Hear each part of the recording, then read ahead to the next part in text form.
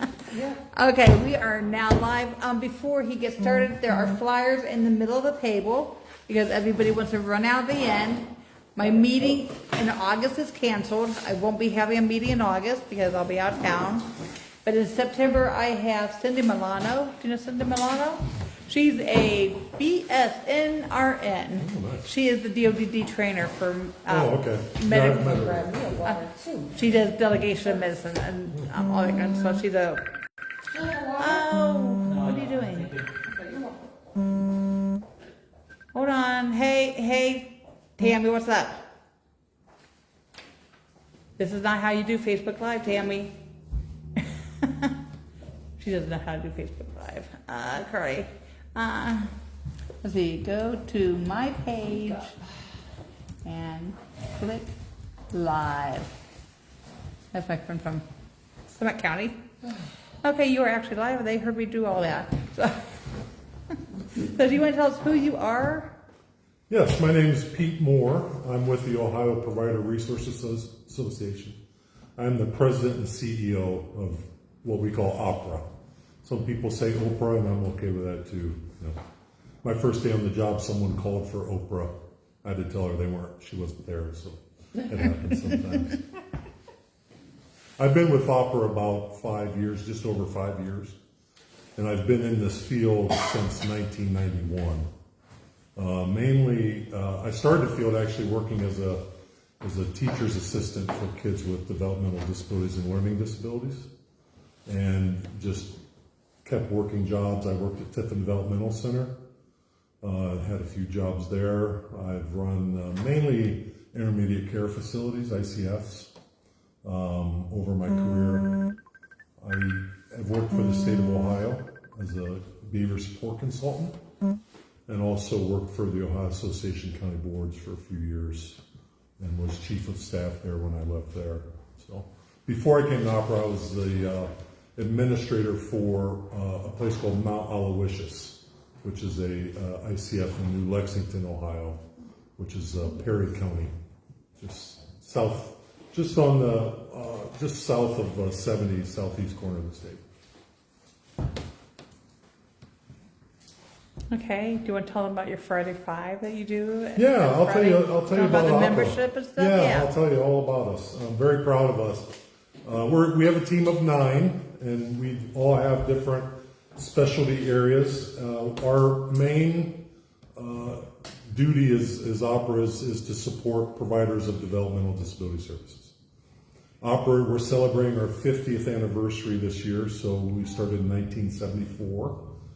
It's been very fascinating. I've been learning a lot about OPRA history and not just what I'm most intimate with, which is the past 5 years, but it's grown and evolved as an organization over the years. So we support every provider on the spectrum of services that provide developmental disability services. So HPC providers, agency providers, ICFs, as I mentioned a little bit ago. We also support day, vocational, and employment providers. So the whole spectrum, and it's a big tent and a lot of variety. And I compare it to, I don't know if you've ever been to Cedar Point. There's a ride up there. My favorite ride as a kid was called Cedar Downs, and it's a merry-go-round where the horses race. Yeah, I've seen that. And I compare OPRA quite a bit to that horse race where we're all kind of doing different things, and one's going ahead of the other, or whatever, one falls behind, but we're all moving in the same direction. So I think a big part of what we do is to make sure our provider community is moving in the same direction.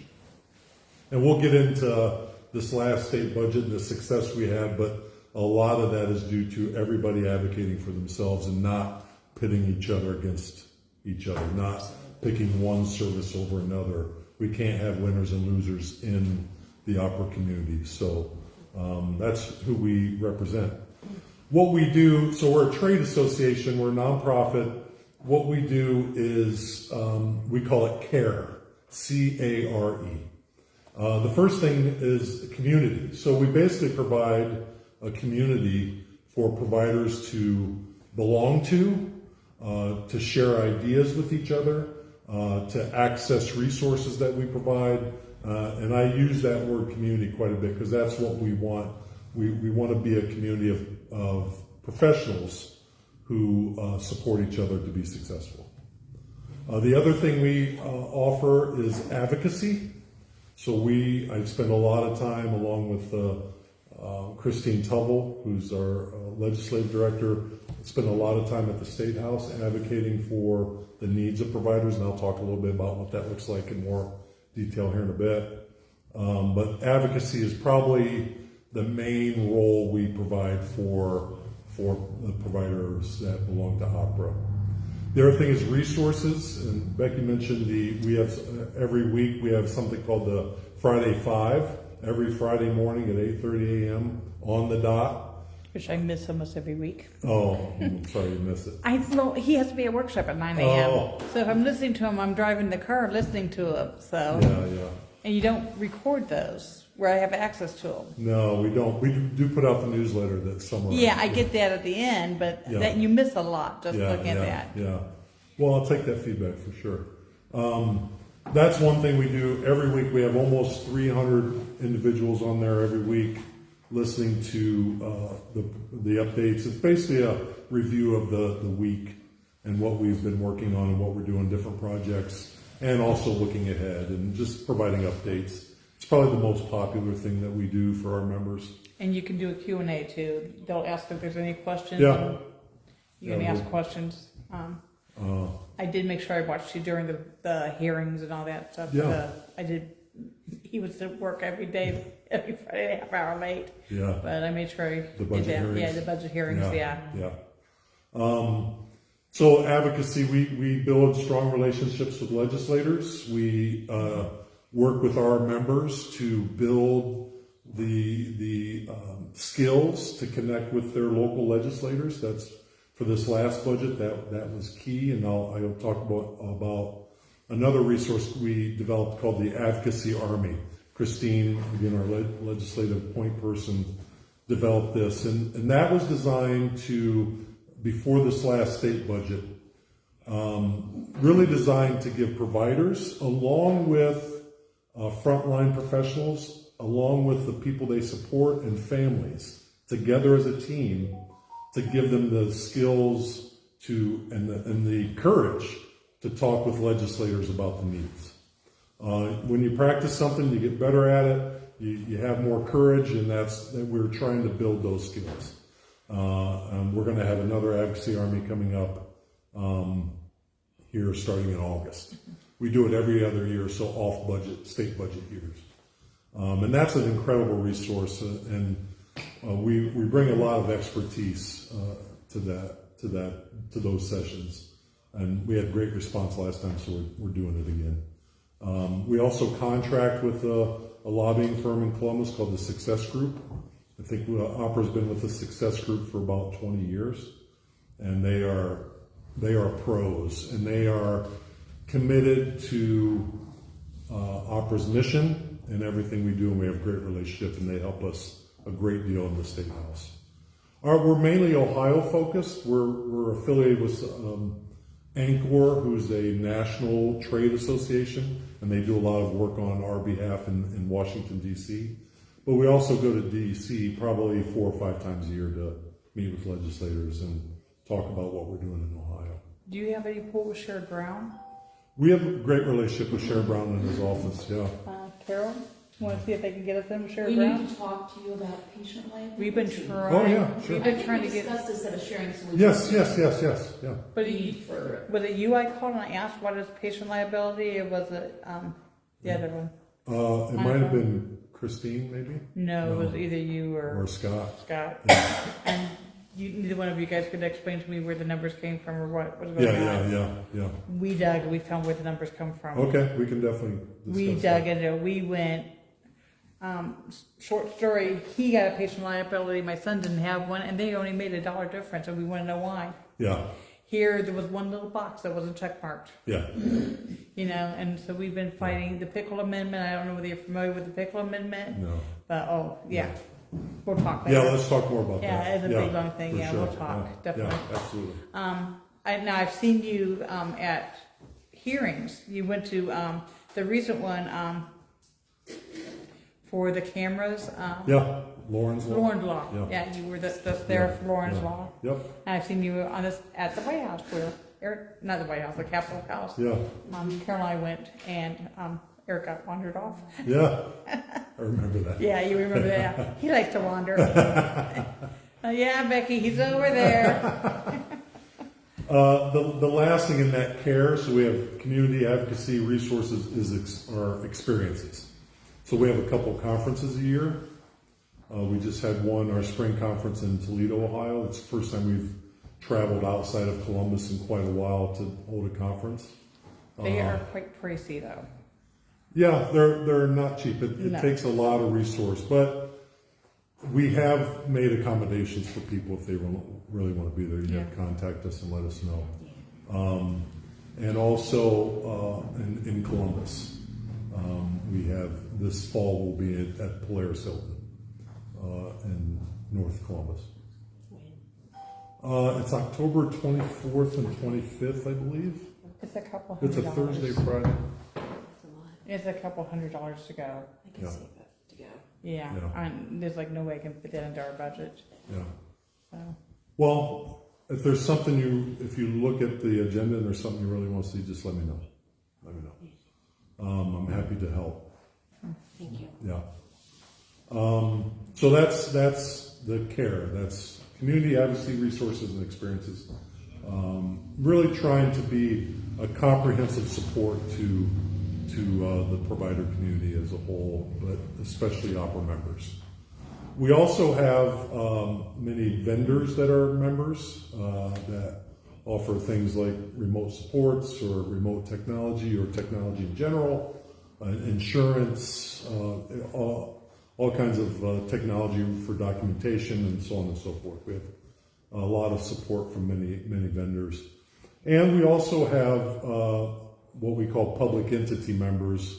We have about a third, if not a little more, of the county boards who are members of OPRA, who mainly listen into the Friday 5 discussions.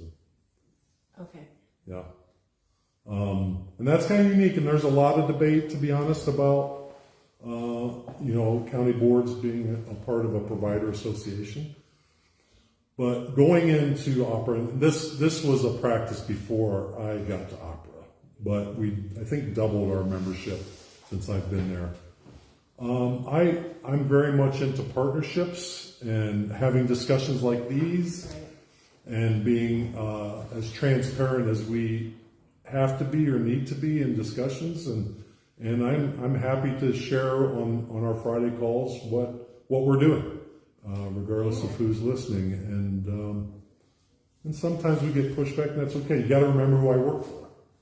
I work for the providers, but that doesn't mean we don't want to work with others. And actually, when I first started OPRA, I remember our first board retreat.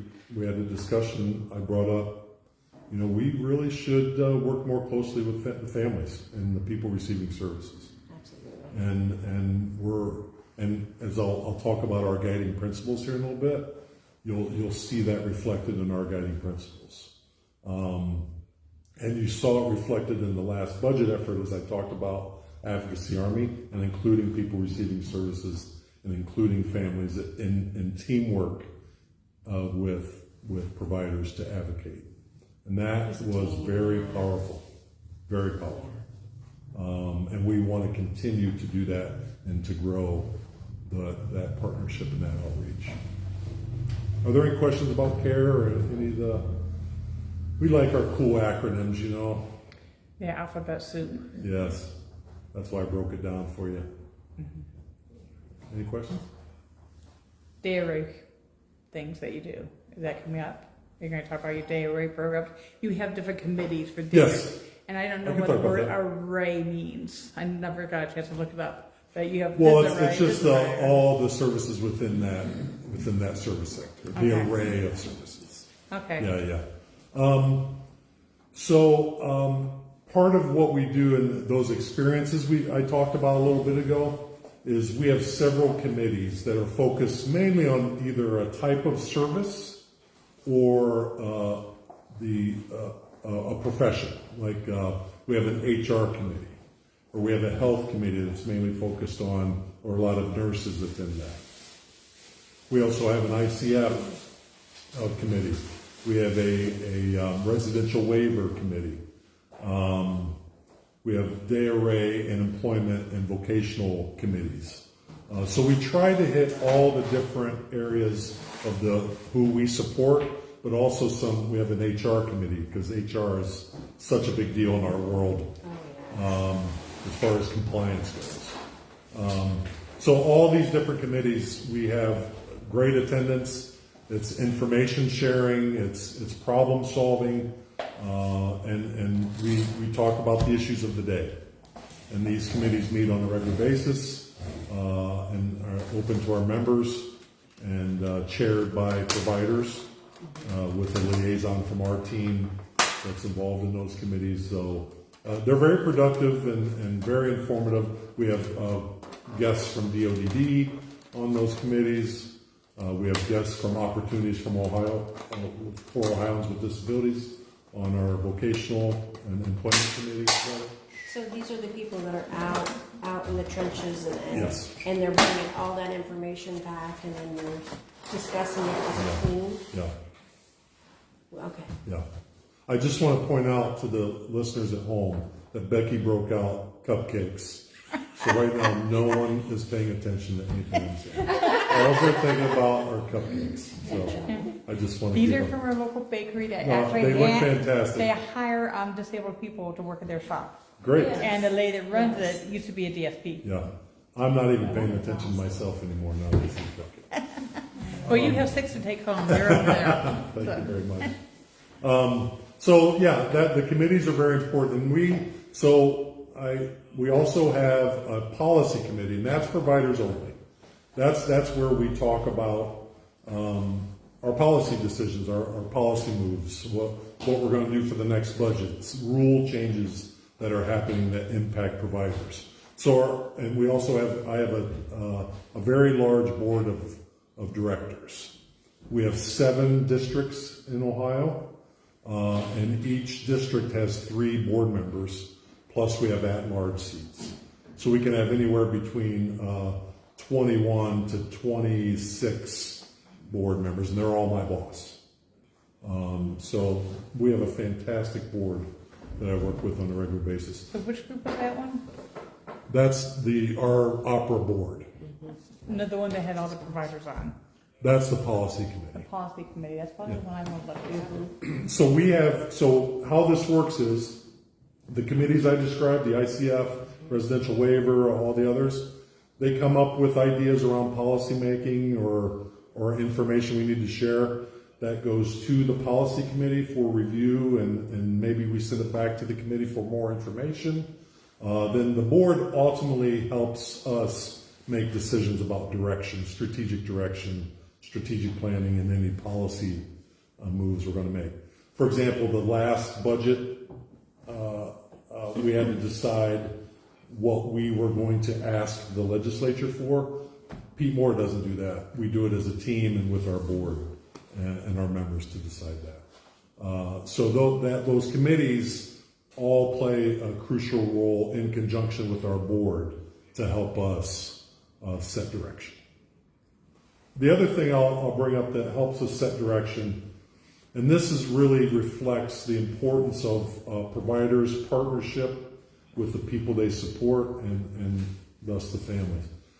And that is, we have 4 guiding principles with an anchor statement. The anchor statement is about we are very intentional about ensuring the success of people with developmental disabilities. Why wouldn't we be? Their success is our success. If we're not providing good services, it's very tough for us to be around. And without the people we support, we do not exist, right? So our anchor statement, we're focused on the success of people with developmental disabilities in Ohio. So we have 4 guiding principles. And the first one, and for me is the most important one, is we believe the most important thing we should focus on is the relationship between the frontline professionals and the people they support. And how do we promote those relationships? How do we support those relationships? And how do we make sure that we have the best quality of people delivering services on the front lines of support? Okay? The second one is we believe that providers should be trusted to operate their own business. We have to give them the tools they need to be successful and to help them to run a good business. And that really gets to, and I know you guys deal with this every day in your own lives, the amount of regulation that we have in our system that is sometimes trying to, what we believe, micromanage the relationships, how people run business. What we're trying to do is get to a level playing field when it comes to let providers make their own decisions, and in partnership with entities like the Department of Health, the Department of Developmental Disabilities. Let's be partners and not have a hierarchical relationship. The third one is about sustainability, that we believe providers should be fairly compensated for the supports they provide. And that really gets down to a lot of providers have to do fundraising outside of Medicaid to supplement their services because Medicaid doesn't pay enough to sustain the service. We're getting closer. This last budget was a big boost and we're getting closer, but Medicaid should fully support the services that they're asking providers to provide and that people receiving services are requesting. And the last one is number 4 is all services, as long as they're legal and out there allowed to provide, should be fully supported to be successful. We can't pick winners and losers.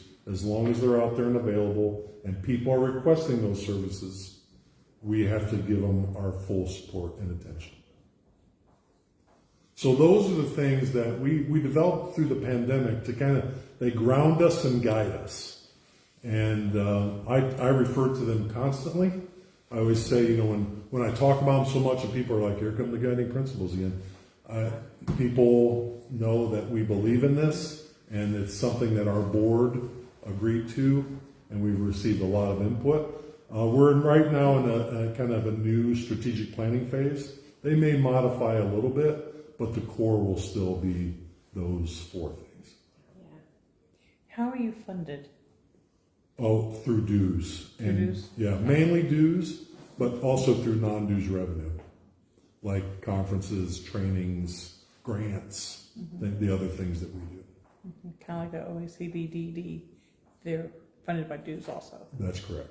Yep. What is that? The OAC. The Ohio Association of County Boards. Thank you. Oh. Yeah. All the associations, Ohio Healthcare Association, there's Ohio Waiver Network, Values of Faith, they're all dues driven. Oh, okay. Yeah. Yeah. So you got to look at it as providers are looking for support or additional services like advocacy.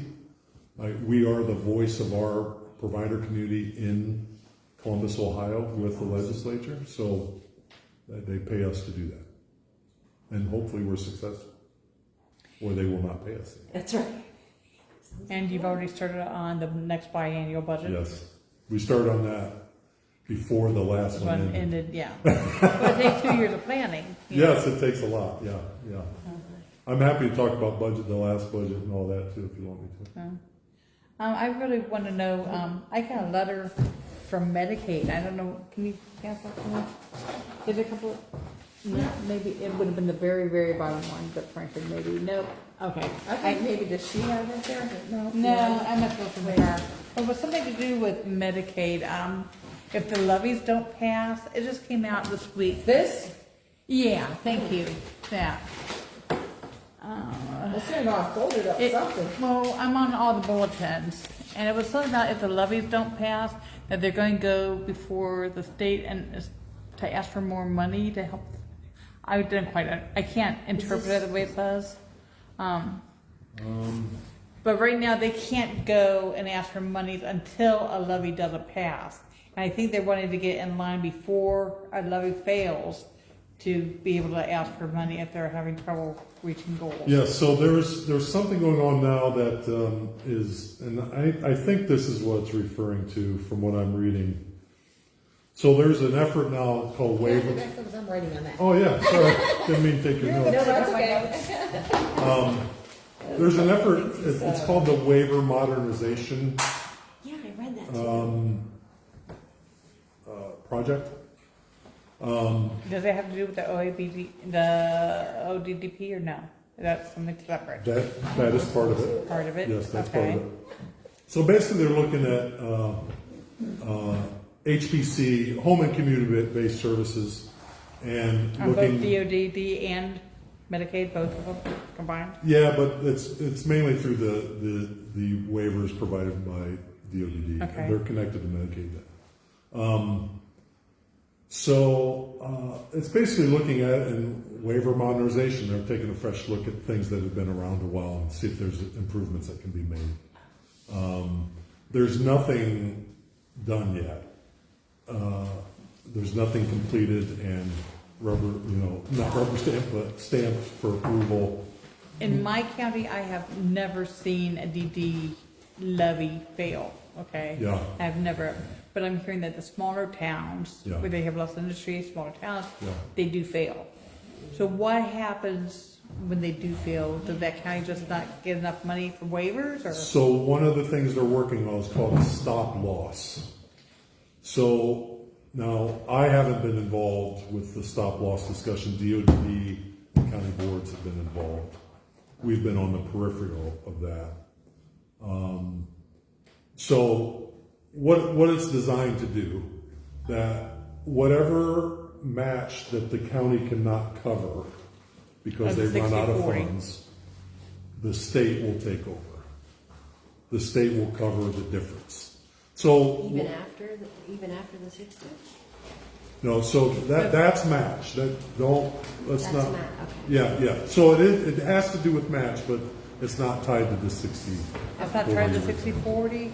I understand. Not tied to that. So let's just play this through. So there's 6 of you at this table. For the past several years, I've served 5 of you. I'm a small county. I've served 5 of you. Then we add another person. That's a very high dollar waiver because of the needs of that individual. The county, because we added this extra person, can't afford that extra match needed to serve this person. The state will agree to take over. So my obligation would stop at the 5. The state would take over that 6th person. I'm just trying to use real Right. example in the room here. Yeah, I would say something, but I'll. So basically, it's for counties that can't afford Yeah. to support all the people that live in their county. Right.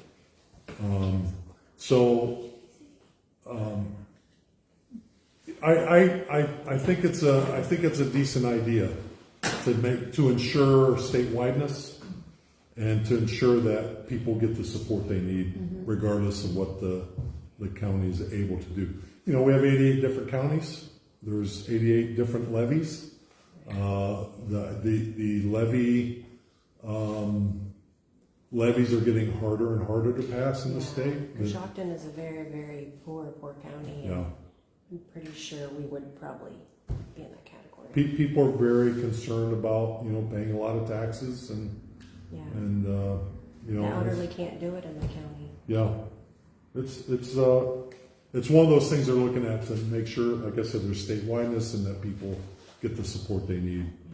And they're wanting to change the cost of doing business also from 8 categories or 9, whatever we There's have. been discussion around that. Again, none of this is final. Just chitter-chatter. There's tons of detail to work out that's just an idea since you brought it up that's being discussed.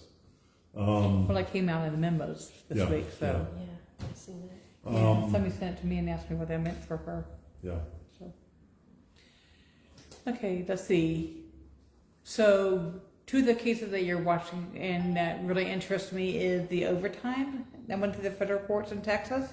Yeah. So what about what's going on with the overtime. The overtime rule? Yeah, because I mean, it's never going to affect me. I'm OSL, Yeah. so I'm basically salary.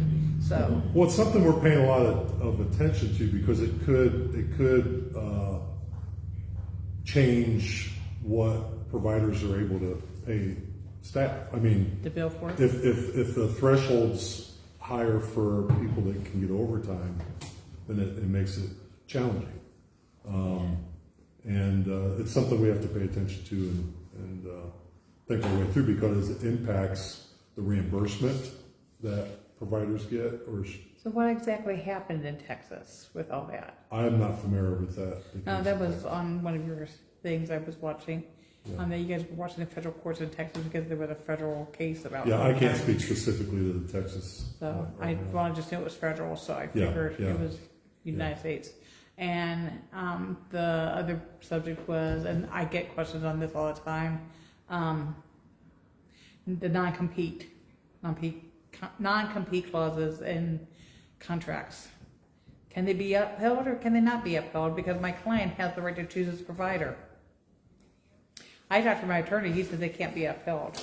That's what my personal attorney had told me, because my son has the right to choose his provider. So if I leave the ARC, I can still take my client, and I still do my client.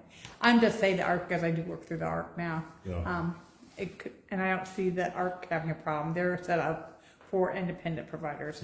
But another agency, they Boundless or one of these other big companies, and if I want to take my client, they threaten to sue you. It comes up a lot. Yes, it does. Not as much as you think. I shouldn't say a lot. I get at least once Maybe a week. a couple times a year. I get at least once a week in Facebook week, groups. Yeah. Huh? Once a week. If I'm more, huh? Yeah.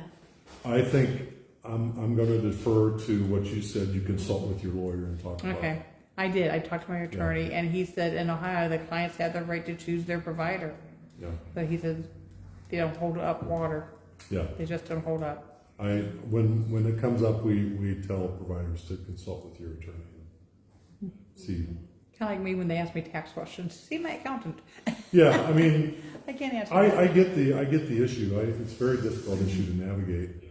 And there are providers who do have non-compete clauses out there. Oh, there's a lot of agencies. But they're all, I mean, you have to look at case by case.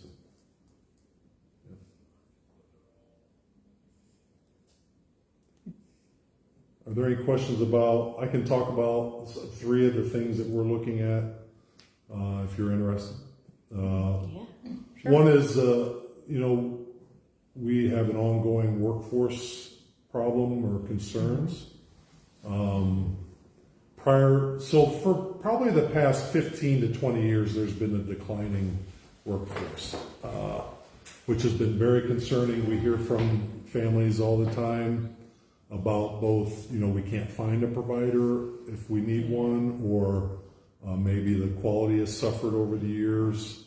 So what happened when the pandemic hit, it really triggered a spiral of loss of people both coming to our field and staying in our field. Luckily, we've had a core of people that have really hung in there and are very dedicated to the work that they do. And we're very fortunate that they helped us get through the pandemic. But we lost a lot of people. And so we looked at, in the last state biennium budget, what do we need to not only keep the people that we have, but ensure sustainability, and how do we draw new people to our field? People that may have left our field to go work at, I don't know about you guys where you live, but huge Amazon warehouses and That's where ours if we can bring those folks back, that'd be fantastic. Yeah. So one of the things we were committed to is we have to increase rates in this last budget, and we targeted a pay range, an average wage that we thought for us to compete, this is where we think we need to be. Us meaning providers to compete. Because during the pandemic, I would get pictures from our members all the time of driving by a Burger King and the sign says we will pay you $19 an hour.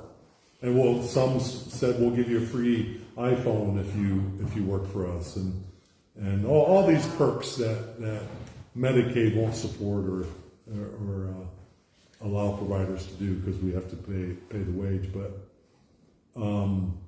so we had a target to increase the rates, to increase frontline wages, and increase rates overall.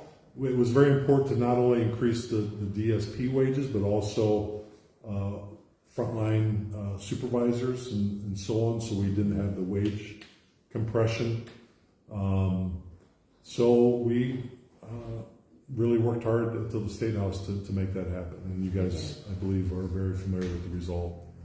We had let's start out with the governor, did a great job of setting the stage, and give a lot of shout outs to Director Hauk for working hard with the governor's people well, she is one of the governor's people, but with his staff to really make the case for DSPs and they should be competitive in their communities.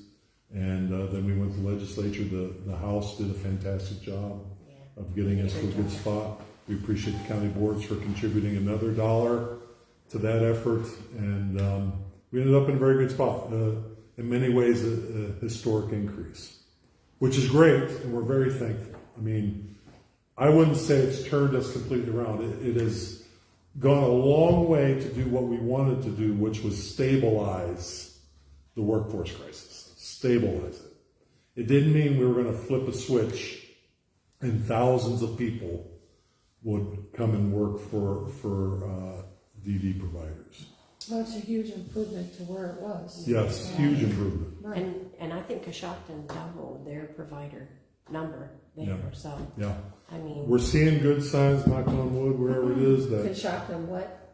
Coshocton has doubled their independent provider number for the county board, so, I mean, the wage increase worked. Now, whether they stay or not, I mean, Yeah, I'm They're- familiar they're with that just- area. are you? Mm-hmm. I mean, it's a hard field to work in, but It's they very seem to be challenging. very, committed. Have you No. got any of the surveys back of how the agencies have broken down the increases at all? Yes, they're about wrapped up. We're not done with our report yet, though. What, when what that- report is that?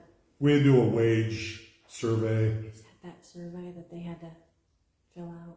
So we have one that's just for OPRA members, Oh, and we have one that we sent. It wasn't necessarily asking what do you pay, what's your average wage, but it was more about, is your situation improving? Are you right. taking on new That one I didn't know about. folks? I just know. That one's more public than. Okay, the one I know about is the DODD. Oh, the wage verification? Yeah. Yes. Yeah, that just wrapped up. We'll know more about that in the next couple of months. Okay, that'll be made public and we can pull that Yes. up. Okay. No, it's public information. Yeah.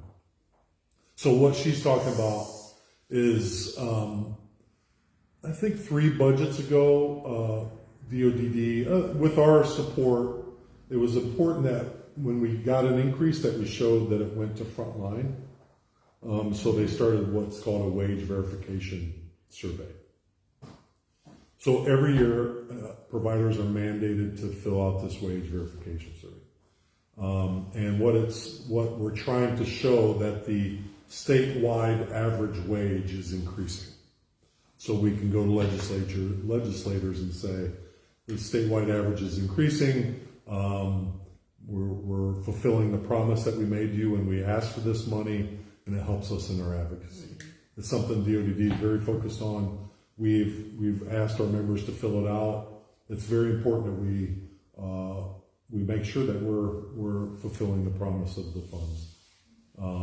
And I can tell you that I think the vast majority of OPRA members have filled it out. I thought we also have an internal survey that looks at all positions that we use for our own members. So we'll have in a couple months probably the results of that wage verification. and that'll be from DODD? Yes. Probably And it's come out- supposed to report out what the statewide average That'll is. probably be announced in the director's corner probably, Yeah, I don't know how they're going to do it. or but- Memo Monday. Or Memo Monday. When yeah. is the, yeah. I can tell you with the previous wage verification data that's been out there, the rates supported, I might have these numbers a little mixed up, but the average wage that the rate supported was $13.70 something, and the actual wage verified average wage was only a few cents off of that. So, you know, what we've said around the wages and the implementation of the budget is many providers have to pay their staff more, or they won't be able to compete with other entities in their own And community. just yesterday, I saw a sign Taco Bell, $14 an hour with benefits. Yeah. So Yeah. So you got to stay competitive, and providers are asking for this. I mean, this is a major deal for the provider community to advocate for this. And we had a lot of success. Now, this next phase is, I've said it along, is going to be much more challenging. And that's why we're pushing for that advocacy army I talked about earlier, and talking with you all about what can we do together to continue to advocate for improved rates in our field. One of the reasons that the last increase had to be so large is we hadn't had a significant increase in many years. Right. So we were kind of digging out of a hole, and I think we got just above where that hole was, but we can't go another 10 to 15 years without significant investment. why did they not want to do a COLA? A cost of living increase, they get with your social security or whatever, Yeah. every January, whatever the cost of living has gone up, social security adjusts itself to it.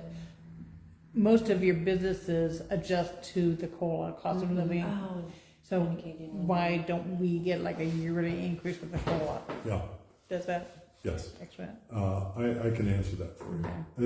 It's really, the legislature is very hesitant to obligate future general assemblies, future legislators. So the general assembly is like the window that a group of legislators is in office. Right. Is it One. Central Assembly? I'm sorry, and is that in Washington or in Ohio? No, Ohio. Ohio. I'm talking about The Ohio. Senate and the House there. Yeah, yeah. Okay. In the House and the Senate. Okay. Okay. What they don't want to do is say, we're going to commit to anything. It's not just us. Anything that would obligate future legislators to have to fulfill. So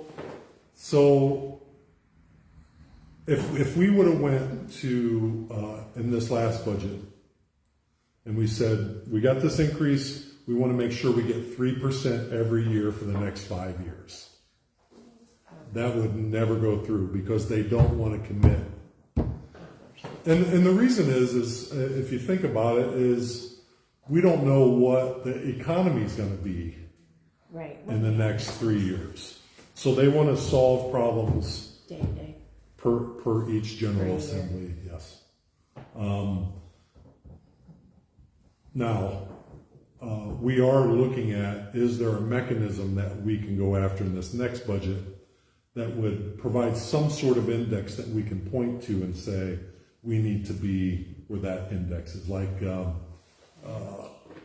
what'd you bring up, Becky, like Social Security or there's other indexes, the minimum wage Right. index. Can we look at that and say we have to be at least this much above minimum wage?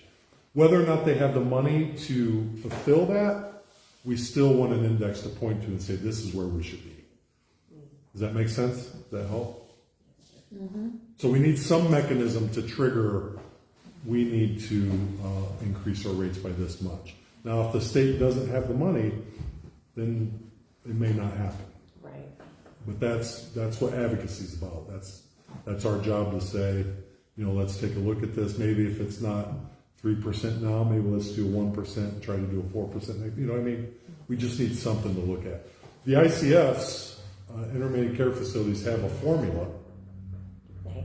Yes, but we still have to advocate to get that formula funded. So that formula changes and flows with the economy and what providers actually pay, with ICF's providers actually pay, but that doesn't mean it's guaranteed that the state's going to fund it. We still have to advocate for the funding to fill that formula. Now, does ICF staff, do they get paid more than an independent provider? Not necessarily. don't know. I mean, not necessarily. That's a But they're good job. different than us. They're hourly employees. Yeah. It's very difficult to compare independent providers with agency. Hard job. Yeah, because Yeah. ICF you would go Not in not like, because of the difficulty, not really because of that. It's just different systems. yeah, and ICF you would go in like a nursing home and you would be an hourly employee, fill out application, hire me. They might put you through training. They might make you got to do it on your own, and then we'll hire you. SDNAs, they want you already have your SDNA. Right. But it's basically an hourly job. Like I could go to a hospital, apply for a job in the kitchen and then whatever. Same thing with their care providers. They just go down there, apply for a job. So It's just like working for an agency provider, Right, yeah. waiver provider. I had no idea how but much. yeah, but their pay HBC scale is different. An agency is paid. An agency has the terms like we have. Okay, this is how much an agency is getting paid. This is how much percentage they're keeping, and then this is what they're going to pay the providers. Whereas normally a nursing home has to go off of the basically off the Your minimum experience wage. and your. Yeah, your experience and your minimum wage scale and that kind of stuff. Yeah. So. Yeah, it's totally different in a nursing home. I had no idea. Didn't mean to answer for you, but A lot to learn. yeah. The other thing we're very focused on is taking a fresh look at all the regulations that are out there, the rules, and to make sure that they fulfill those 4 guiding principles that I talked about earlier. So we really take a fine-tooth comb to when rules are opened up, like recently the MUI rules opened up, the provider certification rule is going to be opened up. We're taking a look at those and just seeing if there's areas where we can streamline or simplify what They try to how we streamline do it. business. They try to streamline the application process, and they made it worse. Sometimes that The happens. PNM system is awful. Yeah, it's very difficult. So it's really looking at, and whenever a rule's opened up or a policy decision's made, we use our guiding principles, feedback from our members, and really look at how we can improve everyone's situation and focus more on the delivery of the service and not. We want to be people, not paper people. So that's so quality or system improvement. We're also very focused on quality and ensuring that providers out there are supported and funded appropriately to provide quality services. And that means we're looking very closely at how the Department of Developmental Disabilities does compliance, and DODD is also looking at that, which we are very thankful for. And we work very closely with Director Houck and her team on what that could look like, and trusting providers and the people they support to make their own decisions and operate their own agency as they see fit. I really put it like, we focus a lot on compliance. I want to look more at what partnership can do with us and working together to improve quality. So that's another area we're very focused on and excited about working on. And the other thing that I've been very focused on since I've been at OPRA and continue to be is just doing things like this and building strong relationships and having discussions. And we may not always agree, we may not, but we'll have a discussion and we'll work our way through it and find the common ground where we can find it and help each other out as much as we can. And so building relationships with other entities, the other trade associations, family groups, DODD, the Ohio Department of Health, Opportunities for Ohioans with Disabilities, all those entities, we're working more and more with mental health and addiction we're starting partnerships with children's hospitals and trying to figure out how we can support kids with developmental disabilities who are treated by children's hospitals. So very excited about that work, and we're really expanding it this past year and focusing more on what kind of breaking out of our developmental disability bubble and looking for other opportunities. So those are our main three: workforce, quality, and relationships that I'm very focused on, and our team's very focused on, and our members. Workforce will continue to be an issue that we have to continue to stay ahead of. The population is shrinking, Yes. and it's going to get more and more competitive to find people who want to work in our field. Mm-hmm. That's why I tell a lot of providers, build relationships with your local high schools. And be very active in your communities. Kent up here has some kind of medical for AIDS type program. I don't remember what it's called. Yeah. They got The 24. technical school, probably. Some kind of, it's not in the technical school, it's actually in the high school. Oh, okay. So because their technical school would be Maplewood. Yeah. But it's actually in that high school, and they have 24 students in the program, kind of like a jump start to do this field. We're like pre-nursing kind of thing, but to do what we do without getting a nursing and you introduced into like the group homes and this type of stuff. When I worked at Mount Aloysius in Perry County, one of the first things I did is I went to David Couch, who's the superintendent of the Perry County Board of DD. And I said, the high school superintendent, let's go set a meeting and let's talk about workforce development and how we can introduce people to our field, students. And they've taken off with that. They've done a beautiful job in Perry County with developing that relationship and building those partnerships and getting people interested in our field. I'll never forget, I got a call from their student coordinator, and he goes, well, graduation's coming up. We have 60% of our graduates who are not going to college. Who do you want to talk to? I said, I want to talk to 100% of your students. Because there's people are going to be accountants. They can work in our field for a little while. If you're going to be a nurse, we definitely want you in our field. You gain great experience. If you're going to be an architect, come over and see us. We'll talk to anybody who even shows an inkling of interest in working with the people that we support. Architects would be great because you can teach them accessibility. That's right. That's my point exactly. We'll take anybody. And we know, you may only work in this field for a summer. But what exposure and what an experience. I've worked in this field, like I said, a long time, longer than I even can count anymore. And just what it's done for me as a person and for the relationships I've built, the team I work with, the people I interact with, it's a blessing for sure. Absolutely. I have a question. I love questions.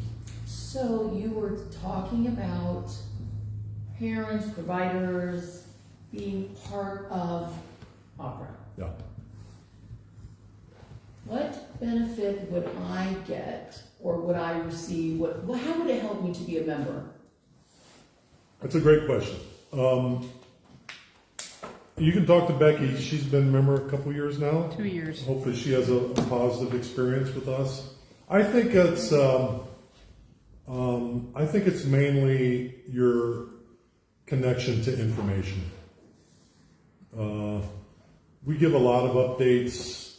We hear all the time from the DD community that they can tell an opera member from a non-opera member that they're more informed, they know what's going on, more connected to whatever's happening around, rules, regulations, rates, everything that we operate in every day.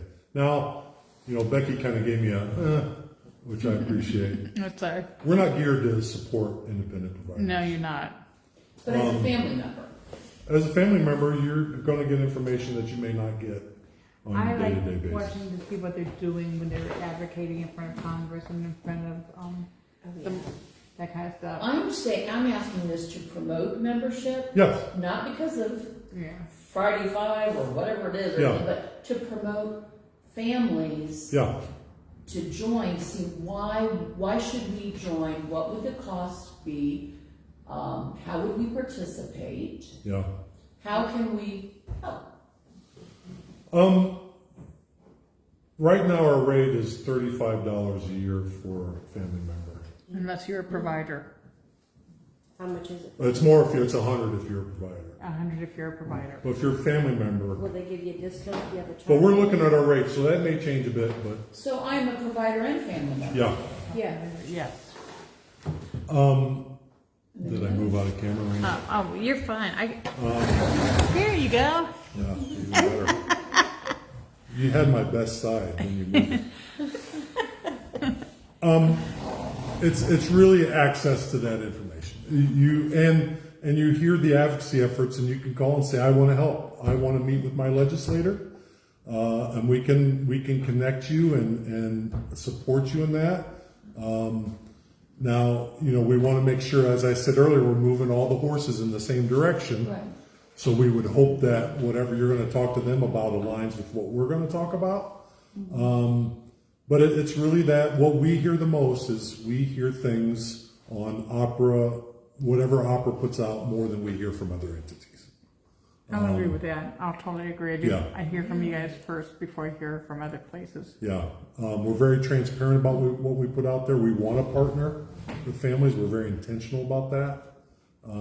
Yeah. But as far as do we have a family resource person?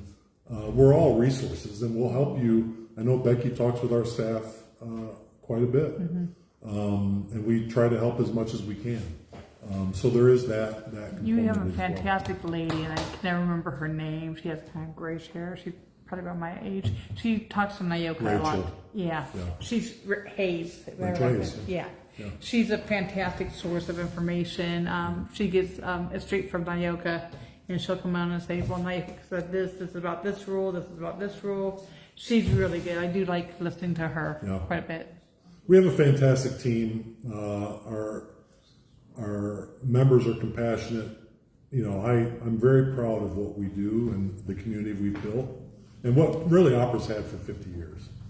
I do think we've done some more expansion into what partnerships could look like and relationships could look like more recently. But we're just a great resource. Going back to the dues. Yeah. So I'm trying to find out where that line is as a family member. So I don't have this, but if it were my brother or my mother as a family member, they could join. Yeah. But they don't take care of Dustin. Yeah. They are just out there. We have people that aren't caregivers that have joined. We don't have a lot of individual members. We just don't. We have a handful. Why not? Because we're mainly a provider, mainly an agency provider focused association. So you don't want us? No, I did not say that. People just don't pursue that. They don't think of it as an option? Or they're not aware that it is an option. Yeah, I would say parents are not aware. Right, that's Like what in the county that I I'm live in, asking, yeah. No. Parents are not educated. No. They come to me and they ask for questions. I steer them to Becky. Yeah. I mean, this would be a great source of information for a parent. Well, and we talk generally about what's happening in the world, in the Ohio's DD world, and sometimes nationally, a lot of times nationally actually. But most of the information is provider specific because that's who we support. But still great information. We still engage. There's another individual who's a dad that we engage with quite a bit, who's a member, and yeah, it enriches the experience for all of us. So if you were to give a ballpark figure, how many family members do you think you have as members? Oh, just a handful. Just a small? Yeah, handful? very small. Less than 25? For sure, maybe less than Okay. 10. So I used to work for an agency, one of the bigger agencies. Uh-huh. So would I qualify as a member working for an agency, or is it just If the agency belongs, you Okay. would. Yeah. I'm just trying to figure out the logistics of. Well, I'd be happy to talk with you about what you're thinking, what you would like to achieve if you were a member, and we could sort out what it looks like. So my first year I joined, it was $35. Right. Okay. Yeah, you didn't tell me. Because I told him, I said, I can't afford to pay this $100 when I saw that price off. And she goes to pay up, oh, but you take care of your own son. I said, yeah, I do. She goes, well, I'll let you join for $35. Oh, okay, then I'll join $35. I'm more than willing to pay $35. Then next year, I got my renewal, and I sent in $35, and they came back and said, oh, no, you're a provider. You have to pay $100. I said, I didn't have to do it last year. She goes, well, we didn't know you were a provider last year. I said, yes, you did. I've always been a provider. You knew I was a provider. And so they came back eventually and said, yeah, you can join for $35. Honestly, I'm not going to go through that next year if that's what the rate is. It's not, to me, like I told you, I missed the Friday morning half the time because I'm driving him to his workshop. So. That's an individual choice, yeah. You know, and I cannot fit $100 out of my budget. I don't mind supporting you guys with a $35. I just can't afford $100. I'll take that back, because we're looking at our due structure.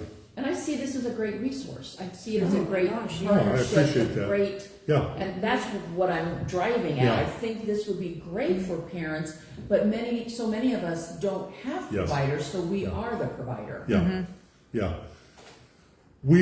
I am trying to figure all of what you're talking about out as we speak. I really am, because I don't want to be, I want to be inclusive. I think I've shown that, our team has shown that. Trying to figure out, like, we always talk about the number of independent providers in Ohio and how much support. You know, we look at the Facebook forums and all that, and there's a lot of support that could be had out there. Yes. But we would have to have at least one person completely dedicated to addressing that support, which I'm also sensitive to. There's not many independent providers that would give up $100 for that support or see the value in that. So we're kind of stuck Do you here do with, payment plans or? yeah. I mean, Yeah. anything. Hey, we work with a lot of people. We have a great person, Sonia Summers, who does our membership. She does a great job of supporting whoever needs help. That's why I said, if you guys are interested, let's have a conversation and let's see what that looks like. Maybe we're sparking something. See, I didn't Something even know that the policy committee was something that was for like us, though. It's only for providers, For providers. for which agency. Oh, only for agency providers, so we wouldn't have a say in That's the, right. and that's about the rules. Okay, so let me say something about that. Okay. You just said you wouldn't have a say in it. You call our staff, right? I have, yeah. And you've expressed different things. Yeah, I needed some information to talk about. I'm here right now listening to you. Everybody has a say. But we are a provider organization, so that's who we primarily serve. But we have talked, I'm here talking with you, we've talked with county boards, we've talked, we listen to everybody. When I interviewed at OPRA, I committed to, we are going to listen not only to providers, but we're going to listen to families, we're going to listen to the people we support. And this isn't rhetoric for me, this is real for me. So Becky can call me anytime and I'll pick up the phone and I'll talk to Becky. If any one of you call me, I will make every effort. I don't know how many people are on here. Now I may be a little limited, but I listen. Our team listens, and you could probably provide a very valuable resource for us. We got to figure out what that looks like, and figure out what that partnership looks like. For example, we haven't done this yet. We're looking at it. We've talked about having just an advisory council made up of individuals receiving services and family members. Just to say, here's what we're working on. You guys can say, we think you're crazy or whatever else, but listening to what is happening. And that's that conversation I talked about. We may not agree. You may want things that I'm not able to deliver on. But let's have that conversation. I'm Just open saying to it makes people feel better. Yes. And somebody listening. And people, Yeah, knowing it's out there. Yeah, and, you're not the only one. yeah, in It's my trending. experience, most people just want to be heard. I'll Pretty listen. much. I'll listen.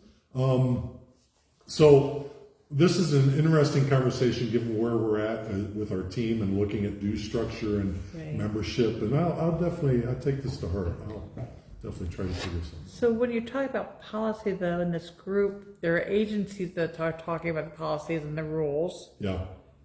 They're not the ones that are living it. We live the policies and the rules every And day. how it And we have to follow. Well, I'm gonna. I'm not gonna say all of them. I'm sure Well, some of them. Their agencies are definitely living the policies and the rules. They have to follow them. Well, Yes, they have to yes. follow them, but they're Yeah. not the ones actually dealing at home with somebody like this. So on a day-to-day basis. They're not as affected by some Yeah, of those thank you. policies That's a and better way to rules. say it. That's a better way to So say if it. you're saying that family members are deeply impacted by what happens in our system and the people Very good. receiving And the the rules. support, Yeah. you're absolutely right. I will never disagree with that. But I will also say that the people trying to fulfill the policies and rules are along with you providers. Now, I'm not going to say that, oh yeah, providers and families, you have the same shared experience. I'm not going to say that, but to say that they're not impacted, I won't agree with that. They're definitely dealing with it and trying to navigate what happens in our system. And that's not easy. And that's why I said one of our priorities is to take a fresh look at our system and how we can improve it for everybody. Right. You know, I've been to a lot of conferences. I've interacted with a lot of families and a lot of people who receive services. I don't live in your shoes. I will never pretend to. I know how difficult it is. I heard, I was at a conference not too long ago where a woman had to retire to support a loved one and asked, you guys keep talking about teams. Am I a part of a team? It's like, yes, you are a part of a team. If you're involved in the system, you are a part of a team. We got to identify who that team is. We got to help that person navigate. And there's also, as you guys are here, and I'm going to guess, I know Becky is, I know her, very well informed. More informed than your average family member. And you guys still, we just talked about before we started tonight, you're still struggling with understanding the system and the impact of it. Learning. Yeah, you're still learning. Every day. And what Every we're trying day. to do is improve that system for all involved. Right. You know, you just talked about the parent that felt like she wasn't part of the team. Yeah, I hear that every day. yeah. I hear that every day where I live. And I'm like, then go advocate for yourself. Go to the county board. Tell them how you feel.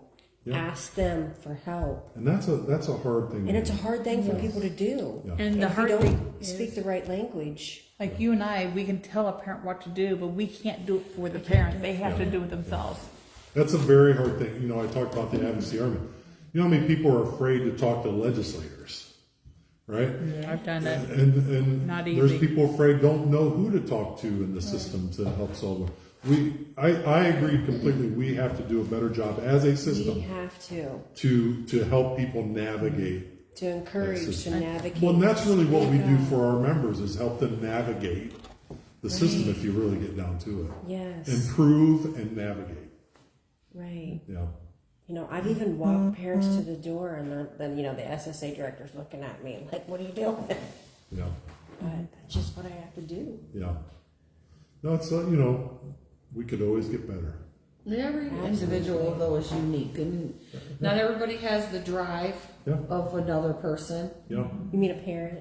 Yeah, not everyone has, or they don't want to rock the boat, or they want to remain quiet. They're afraid of They're afraid of repercussions, lashback. yeah, Flashback. They're I afraid was- of or what? losing services. Well, yeah, you just don't like I've talked to different people or people that's asked me things, and well, if you don't ask the question and you don't speak up, you're never gonna know it.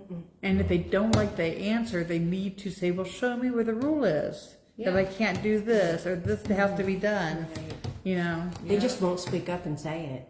Yeah. And I'm. You know how many times I've told parents, "Call me if you're in a meeting. Call me. The other day I'll help you."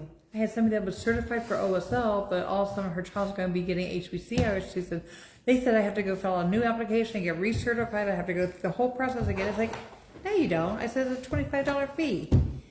And that's why her SSA was telling her she had to go get recertified and redo everything. It's like have them show you the Well, rules. because they're not perfect either. They Yeah. have different things, and not always what they say is. They don't know what the rule is. Yeah. They could get things mixed up, and you can't go by exactly everything that they're telling Everything you. my SSA tells me, not that I don't believe her, I go investigate. Oh, yeah. Always. Right. If it's the guardianship attorney, I don't care, I'm calling them. So, and most parents.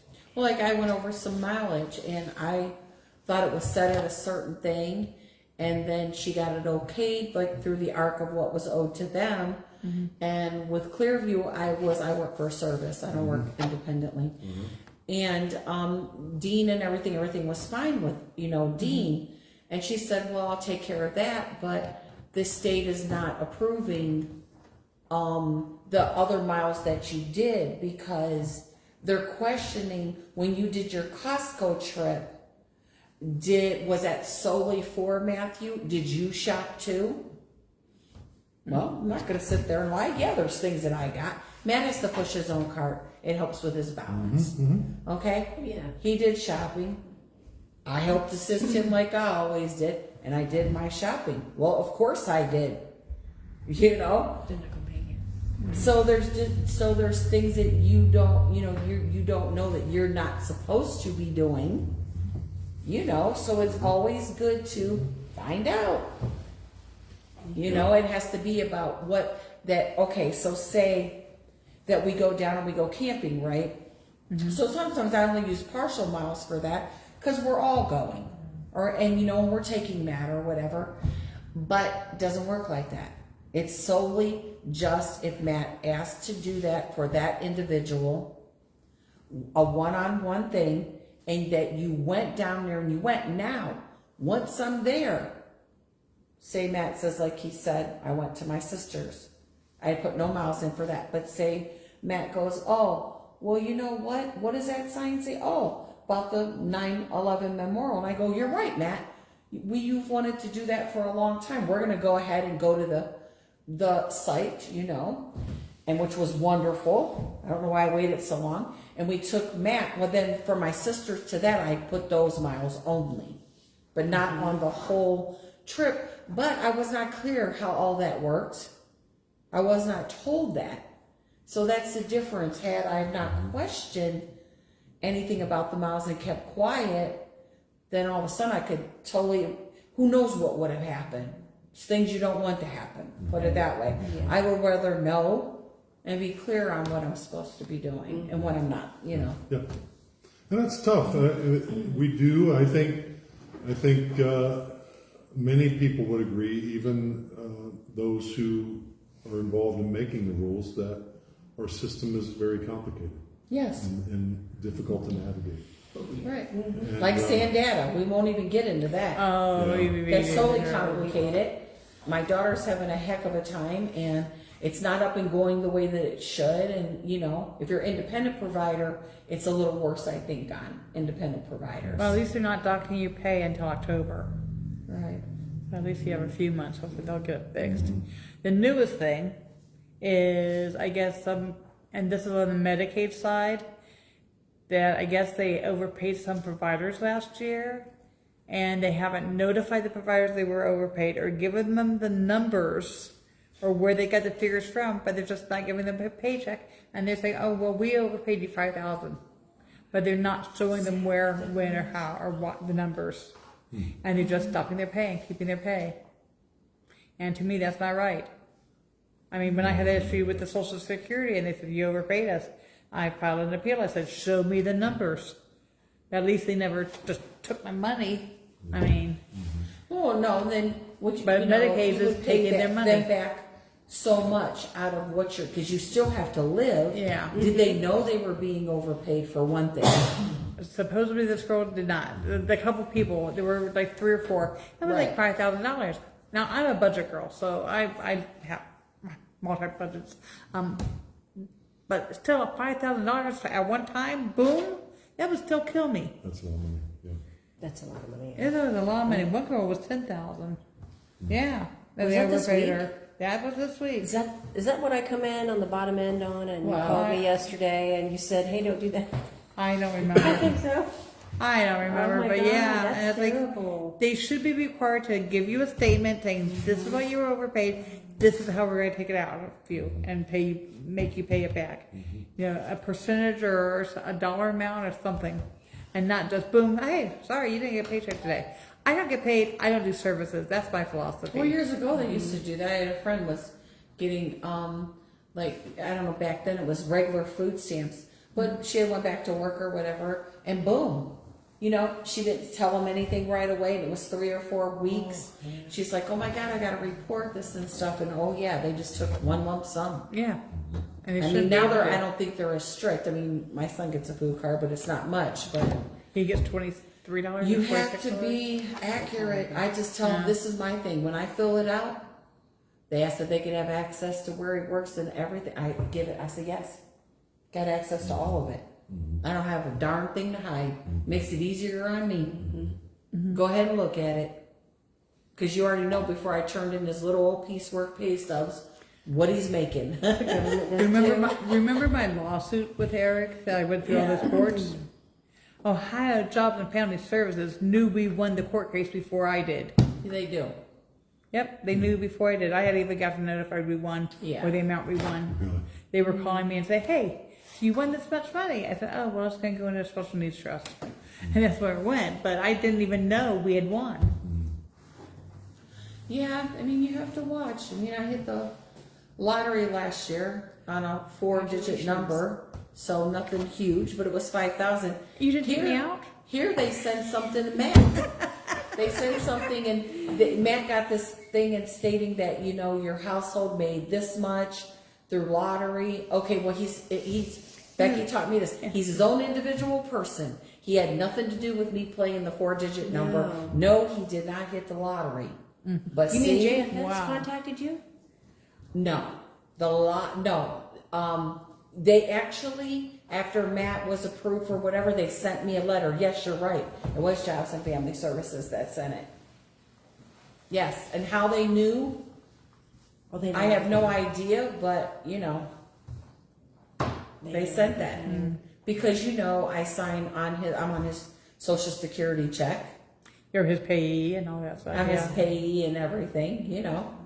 Yeah, but no, Matt didn't hit Matt doesn't even play the number. He does now. And I just filled it out and said, no, he's his own individual person, you know. Household And one. any information they wanted on me, I didn't give them because they're not allowed to have it. I don't have to give it to them. Jobs and Family Services, and I didn't. Well, I don't blame you. No, they didn't get anything. Becky taught me that, and I ain't giving it to them. Why should I? Good thing. I mean, I Good thing Becky tell them they can know anything about Matt, but they can't know anything about me. Yeah. Even when they want it, like Yeah, it's all part of household your household, income and yeah. all of this stuff, and Becky's like, you don't have to fill out any of that. I go, I They want to know don't. about you. Well, they'll ask everything. They'll ask everything. They try. They try to make you one big household and you're not one. No. And when I tried to tell them I didn't even want his card, way back, you know, me and my husband were grocery shopping, and I didn't even really know anything about it. And they wanted me to put my son on it, and I'm there, and the lady from Jobs and Family Services looks right at me and says, it stunned me. I guess I needed it. Because she looked at me and said, Mrs. Pincus, it is not for you. If you would die tomorrow, or your husband, Matt needs to get every resource he can. I tell people that And all he the time. needs to be signed up. As she shook her finger from across the table, and I'm like, whoa, you're right. I guess you're right. I never thought about it. I had a lady at my house a couple weeks ago teaching her CPR, and we were talking about her daughter. Her daughter's wanting to get married and all this, and subject of the food card came up, and she said, "Oh, we did sign her up for that because she doesn't need it." I said, "But what happens when you're gone? If you don't have all your resources and all your ducks in a row, whoever steps into your shoes I get it. is Me and my not going to husband have were to. there. We Yeah, didn't want to mess with none of is going it. to have to do all that. We both, you know, make great money, and we both do what we do, and we're like, we just don't want to mess with it. I But try- I do don't a- work like that. I do a reading of the will once a That year. was wrong. I'm with my on us daughter. for to think that way for Matt's behalf for later. Larry you know? Tonks is going to do my funeral.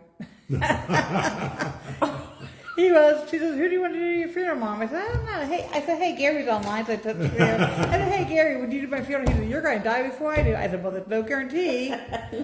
I said, "But you know where my heart lies when you do it." He said, "Yeah." I said, "Well, there's a time limit." We're talking. Did you That's tell a good him thing that? to know. That's funny because he I can talk did. forever today. And he told me he would set an alarm clock. He's so funny. He is funny.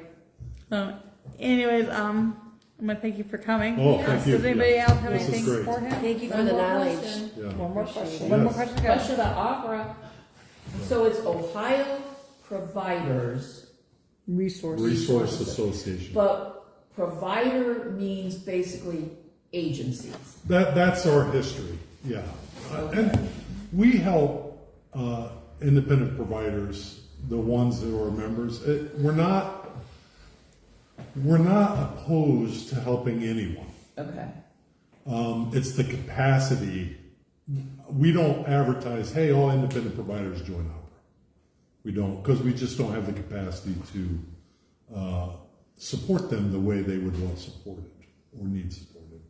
That's how we feel right now. But we're always exploring that and seeing what the needs are of the provider community as a whole and seeing if we can meet that need. I'm not against it. Actually trying to figure it out, but that's where we're at. The way I got involved was, I want to say it was March. You guys offered a free 1-month trial Yeah. membership. That's right. And Michelle Delonsky hooked me up with it. She said, "Becky, you should do this." Yeah. So, We do that on occasion where you can join for 1 month just to kind of test it out. I think test the waters. That's Yeah. exactly right. I don't know if we're going to do it this fall, but probably in 2025 we'll do that again. I just want to be clear. We support the community, the DD community, but we have members that they expect our support. That's what we give. Okay. Yeah. That's awesome that you do that. you did have a few people online watch you. You had Janet LaPrade Hammock. I don't know whether you know Janet. She runs Facebook group too, so OSL Facebook group and Okay. the Independent Provider Facebook group. Oh, good. She's admin to the Janet from Jackson Township. Yep. So, and your friend Donna Mara was on. So, and then there were some other people that were on. Yeah, I'm happy to be here. I hope you have me back sometime. So, I'm so glad you Talk come. budget. Thank you. well, I'll tell you what. In October, Gary Tonks Yeah. and Kim Hawker There coming. you are. Yeah, You're gonna good. be live. Oh, fantastic. Oh yeah. Hopefully, Yeah, well, you'll be actually downloaded and uploaded to YouTube, and I can send you a copy of the link. Okay. I can send that to you. And then anybody that's here that needs continuing education can fill out the template that's online and get your continuing education for sitting here and talking to this guy. well, I can give you my phone number. That's right. Happy to. Are you going to be at the conference in July? July 26th.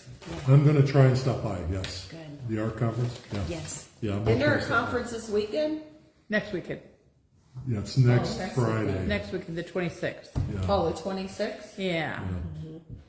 Why did I think? I know. I was at something last Pete weekend, and they're Moore? going to be at the 26th. M-O-O-R-E. So you're leaving for the 26th? 614 I'll be in Columbus for the 26th. 398 You staying overnight? I'll be in Hilliard, yeah. I'll be the 8353 25th. That's staying the 25th. 53. And my hotel in Hilliard. And You're then I'll welcome. go to the And conference that they call me got or done text me with, is typically the best way to. So you're only staying one night? Yeah. You're coming Okay. back home? Yeah, I'll come back I'm on up Friday early and night. stay up late, so. So what hotel you at? It's Comfort Suite on Times Circle in Hilliard. It's right across from the IHOP. That's where I always stay, so. Nice. Stay near my house, it's not a bad thing. No, it's not. There you go. I keep waiting this. We're going to have to get that strawberry shortcake, Carol. They did away with the one that was up in Streetsboro. I think that Oh, was did our they? closest. Yeah, they closed it. They have a strawberry They shortcake. I don't know if it's still there. I guess I could hit stop so they don't hear us talking.